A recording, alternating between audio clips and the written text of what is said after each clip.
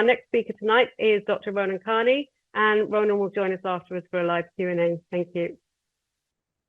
Thanks very much for the introduction. It's a pleasure to present to you all this evening on hamstring injuries in sport. I suppose a little bit about myself. My name is Dr. Ronan Kearney. I'm a consultant sports and exercise medicine physician. I mainly work at UPMC Sports Surgery Clinic in Santry. However, I also work across a number of different sports, predominantly at the High Performance Centre in Sport Ireland, looking after athletes, mostly athletics, preparing for the Paris Olympics. I've also done some work in the past with European Tour Golf, international teams of the FAI, and also club level rugby. I'm from Louth, and I've been involved for many years with their men's football senior team, and I'm also chairman of the Gaelic Athletic Medical Association. And I suppose addressing and managing hamstring injuries has formed a large part of my job, both within the clinic and within the sports I'm involved in. So just a quick overview of today's talk. It's important to understand the context and background of these injuries, as well as the anatomy, to be able to properly assess, manage, and prevent hamstring injuries.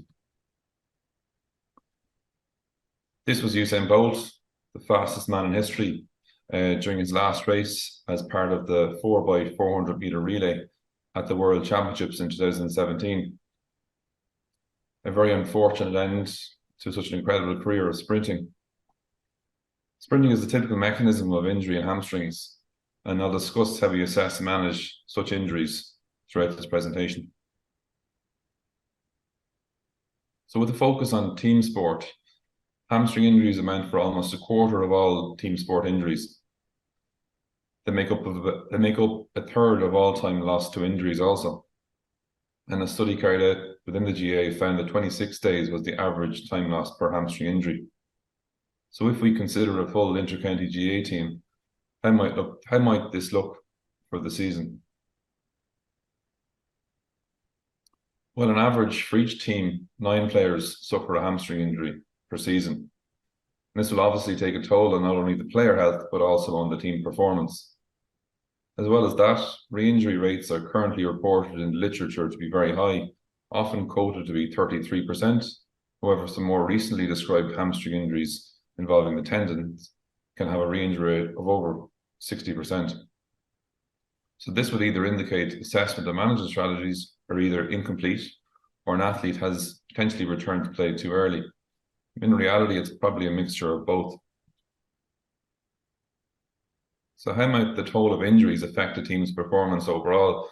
This was an interesting study that looked at the estimated league performance and financial cost of injuries for Premier League teams.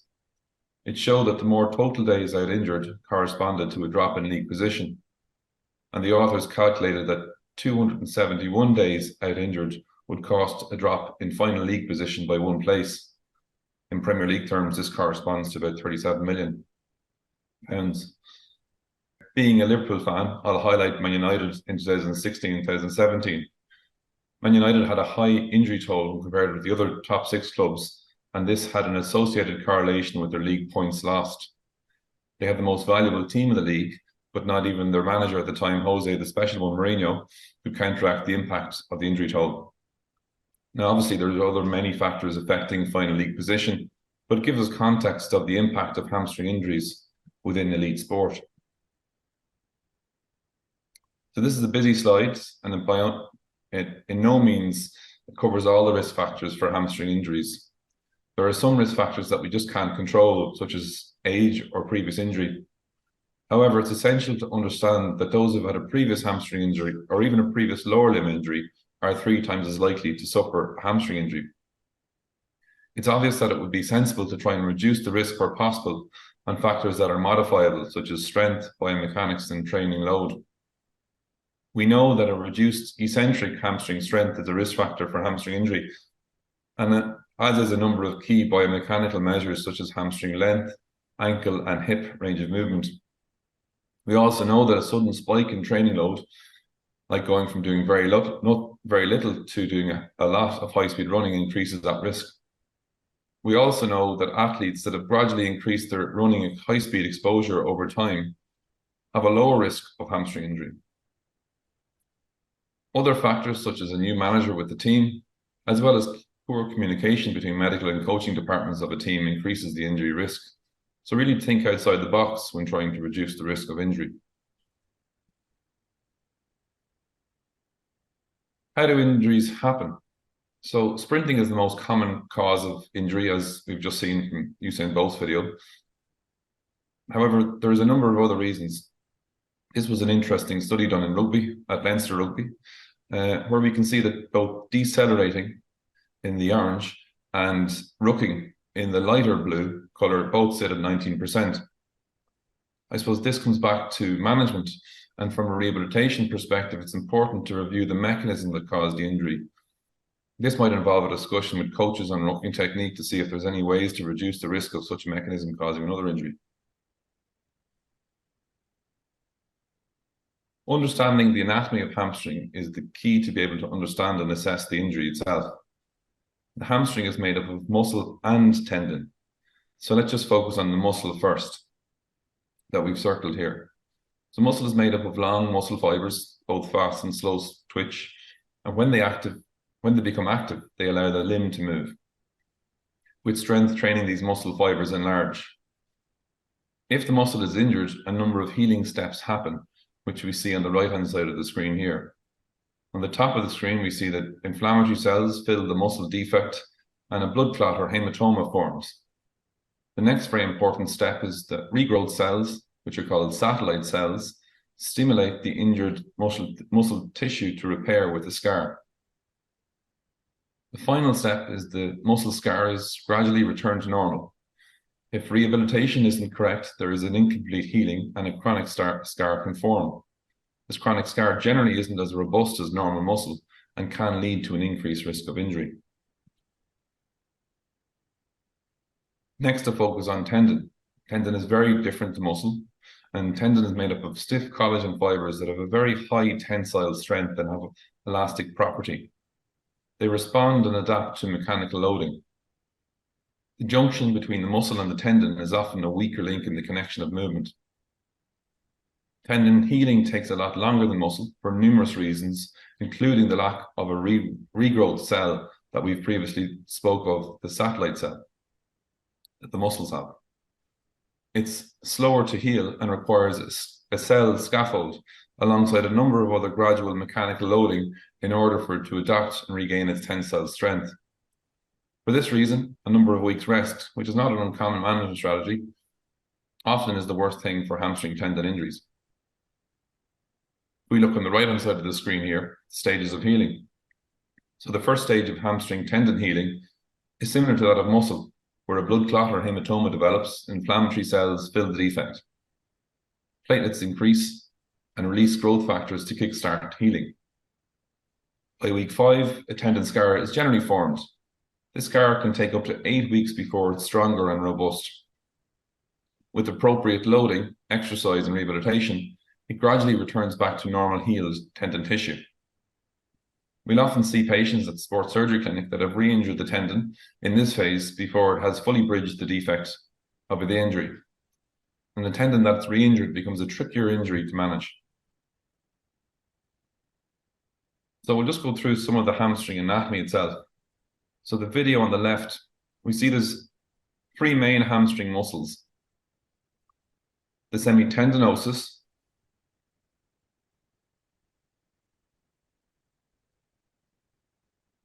the biceps femoris, which has 2 different heads. This is the long head of biceps femoris, the most commonly injured hamstring muscle. If we rotate around, we can see there's also a short head of the bicep muscle that inserts further down. And if we rotate back to the inside part of the leg, we see below the 2 other hamstring muscles lies the semimembranosus, which is an uncommonly injured hamstring muscle. The picture on the right illustrates that the tendons of the hamstring muscles are not just insertion points onto bone. Each of the hamstring muscles have long tendons that span most of the length of the thigh. This makes the diagnosis of muscle or tendon injury difficult by just location of the pain. So are we hamstrung by anatomy?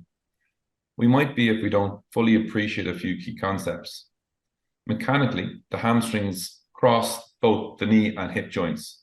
This means that they have greater contractile velocity, they have greater capacity to change length.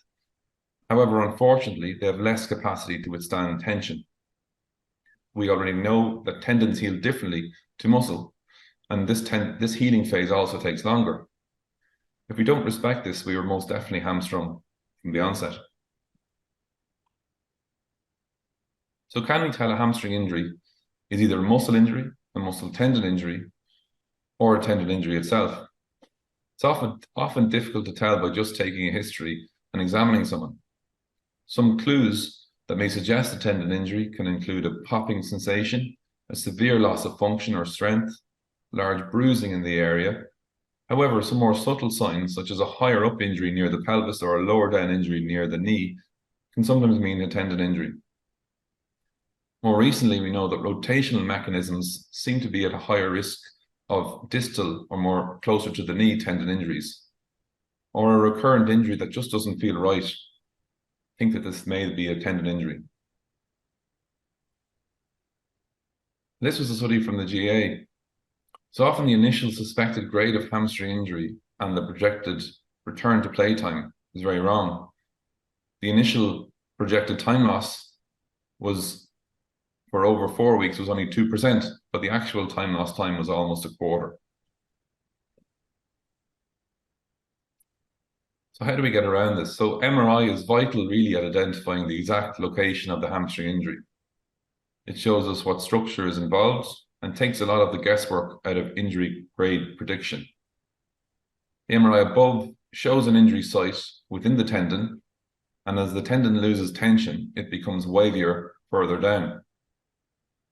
We also see tearing to the muscle junction with a feather-like appearance at the arrows. This would be classified as a very high-grade hamstring injury, a grade 4C, and depending on the clinical picture, may warrant surgical repair. So we grade hamstring injuries with the help of MRI now.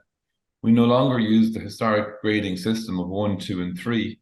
This has been replaced by the BAMC criteria, which is the British Athletic Muscle Injury Classification. This ranges from 0 to 4 and A through C. It's a busy slide, so let's just simplify it a little bit.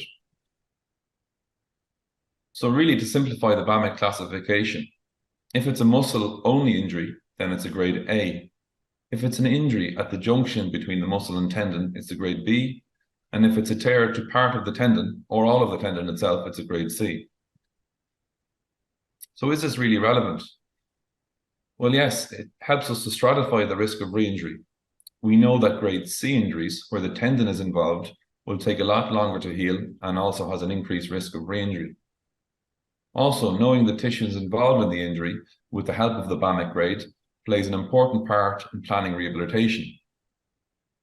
When a track and field athletics group followed the BAMC graded rehabilitation protocol, the re-injury rate was dramatically reduced to 2.9% over a 4-year period, which is pretty impressive when we look at the re-injury rates overall.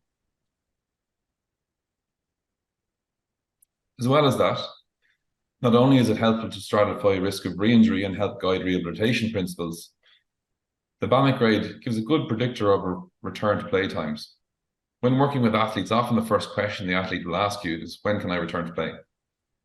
The grading system allows for an estimated return to play prediction.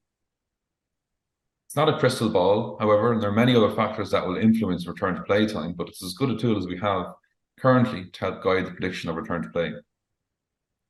Oftentimes, a rescan with MRI at the 6 to 8 week mark can be helpful to assess structural healing. And this often comes in helpful when dealing with a target of a short time frame of return to play. It can give the athlete an objective marker of structure of injury at that time point and forms part of the evidence for which the risk of reward risk decision making comes into play. So as a sports and exercise medicine consultant, our assessment of hamstring injuries always starts with a detailed history and clinical exam. Identifying the mechanism and the clinical cues, as well as prior history, is utmost important. Knowledge of the context of the injury, alongside when the target of return to play from the athlete's perspective, is also important. We review MRI images to help grade the injury according to the BAMA criteria, and for some hamstring injuries, we may carry out a point-of-care ultrasound assessment. That can be helpful at times for decision-making around some of the higher-risk injuries. Generally, we like to have objective physical and functional parameters to help guide stages of rehab. A process we call the hamstring rehab lab, where with the help of our S&C and physiotherapy colleagues, we'll assess strength, plyometric and biomechanical measures to give the individual objective targets of rehab. At the Sports Surgery Clinic, we use multi-joint strengthening strategies to achieve the aims of rehab. Lumbopelvic control basically means the ability to control the pelvis effectively during movement, and it does represent an important aspect to successfully rehab and prevent hamstring injuries.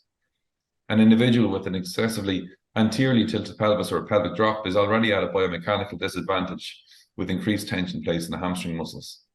Poor trunk control can also lead to further compensatory mechanisms in the lower limb, which can increase the risk of hamstring injury and influence running efficiency. Assessment and optimizing running mechanics with each individual athlete is also important. Often the hamstring is the victim of inefficient mechanics at the trunk, pelvis, hip and ankle. Identifying the reasons behind the recurring injury will lead to a more successful outcome. High-speed running, as we know, is the commonest mechanism for injury and then therefore forms a key part at the end stage of rehab. Delivering optimal rehab strategies represents the most effective method of a faster return to play. By addressing these biomechanical and movement pattern dysfunctions, it's also possible to enhance athletic performance and reduce the risk of future injury. The use of platelet-rich plasma has gained a lot of attention in tendon injuries. It is common practice across elite sport in other countries to have regular PRP injections after hamstring injuries. The evidence of effect is mixed, with some studies suggesting a shorter return to play time when PRP was used. It doesn't form part of our standard management process as an SSE for such injuries, but we have it available to use under ultrasound guidance on a case-by-case basis. We're also lucky to work alongside some excellent orthopaedic surgeons, some of whom have expertise in hamstring tendon repair.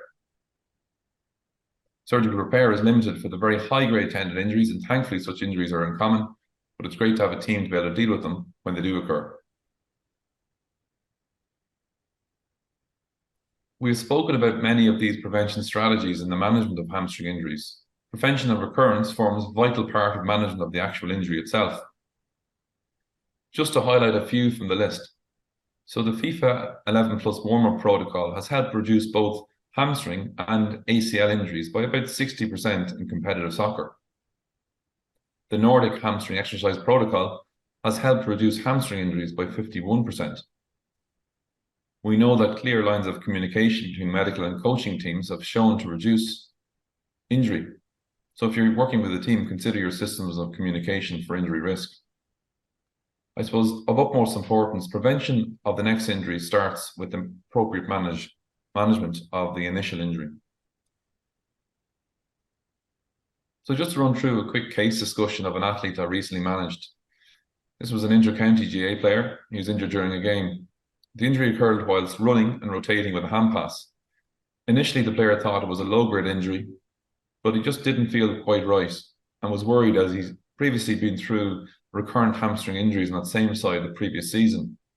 His physio asked me for an opinion. So as we previously discussed, it can be very difficult to clinically tell from just examining someone without imaging if there's tendon or muscle involvement. In this player's case, he didn't feel a pop. However, he was tender more closer to the knee, over the region of the T-junction. There was a small amount of bruising noted also. His strength was good when I saw him at 2 weeks, but he felt his hamstring was vulnerable while trying to increase his speed, especially when trying to run on the turn. And this apprehension was reproduced with an Asking H test in the clinic room when I saw him. So this is his MRI, and we'll just run through the slides.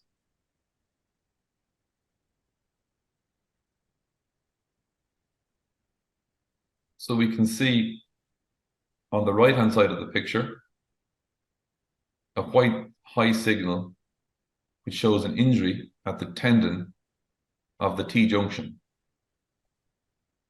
Now, with these injuries, they have a very large and high increased rate of recurrence of injury, up to 60%, and can often present very subtly and not very obviously. So the player himself wasn't too surprised, but oftentimes we can be shocked by the high rate of injury with subtle clinical signs. So we helped guide the player alongside his physio through the phases of rehab. Given it was a tendon injury and a high-risk injury, we delayed higher speed running and high eccentric load of rehab to a little later in the rehab phases. We repeated an MRI at 4 weeks, which gave the player and us confidence that there was signs of good tendon healing.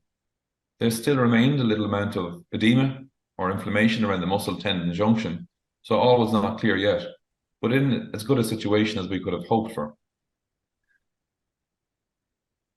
On ultrasound, there was no dynamic gapping, which also gave us further confidence. With the help of our hamstring rehab lab team here at Sports Surgery Clinic, we assisted the player and his physio with objective markers. He'd regained concentric and eccentric strength of his hamstring muscles, both right and left, and his running mechanics had improved also with some coaching. He returned to a phased return to pitch-based training. Following a discussion then with the player's coaching team, who were aware that there were certain movements that were higher risk of re-injury, he managed to return in an adapted role for an important match at week 7. He then subsequently returned to full play and performance at week 8, and thankfully didn't have any further injuries in his hamstring for the rest of the season. So overall, we're very lucky at the Sports Surgery Clinic to have access to all facets of management and assessment of such injuries. If you have a hamstring injury that you feel needs attention from us, feel free to let us know.